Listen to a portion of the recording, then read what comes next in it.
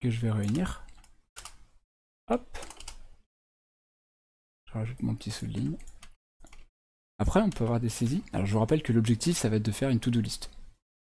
Donc, une to-do list, ça va être bien de pouvoir mettre des quantités, des trucs comme ça.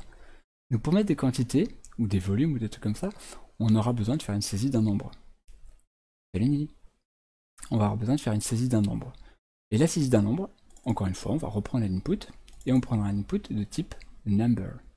L'input de type number va forcer l'utilisateur à saisir un nombre. Vous voyez, si je tape là sur la lettre R, et qu'après je change, ça va me mettre en rouge, comme quoi la saisie est mauvaise. Si je fais, si je tape après un nombre, max 10. Si je tape un nombre, ça passe. Si je tape une lettre, ça passe pas.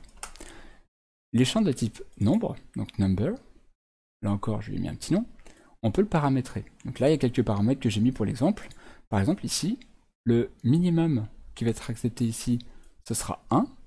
Ça aurait pu être moins 10 aussi. Par exemple, j'ai changé. Le minimum, ça sera moins 10. Le maximum, ça va être plus 10. Et le step, c'est-à-dire le nombre de pas qu'on va faire en cliquant, ça sera 2. Si je relance ça, par exemple, je vais mettre 2.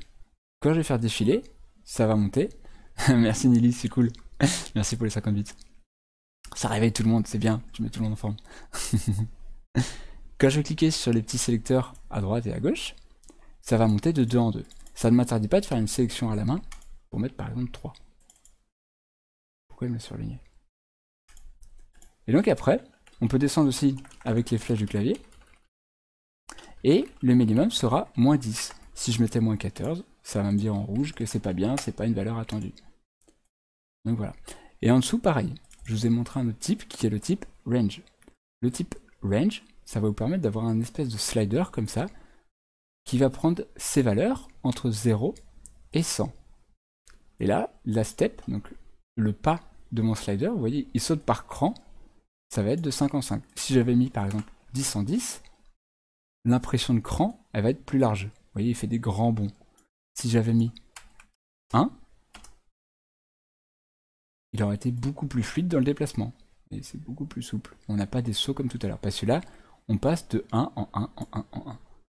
Et comme tout à l'heure, un petit nom, forme 6, si je dis pas de bêtises, forme 6.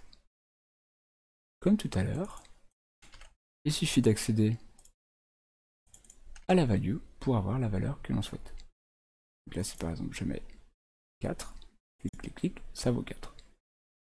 Exactement pareil pour le type range.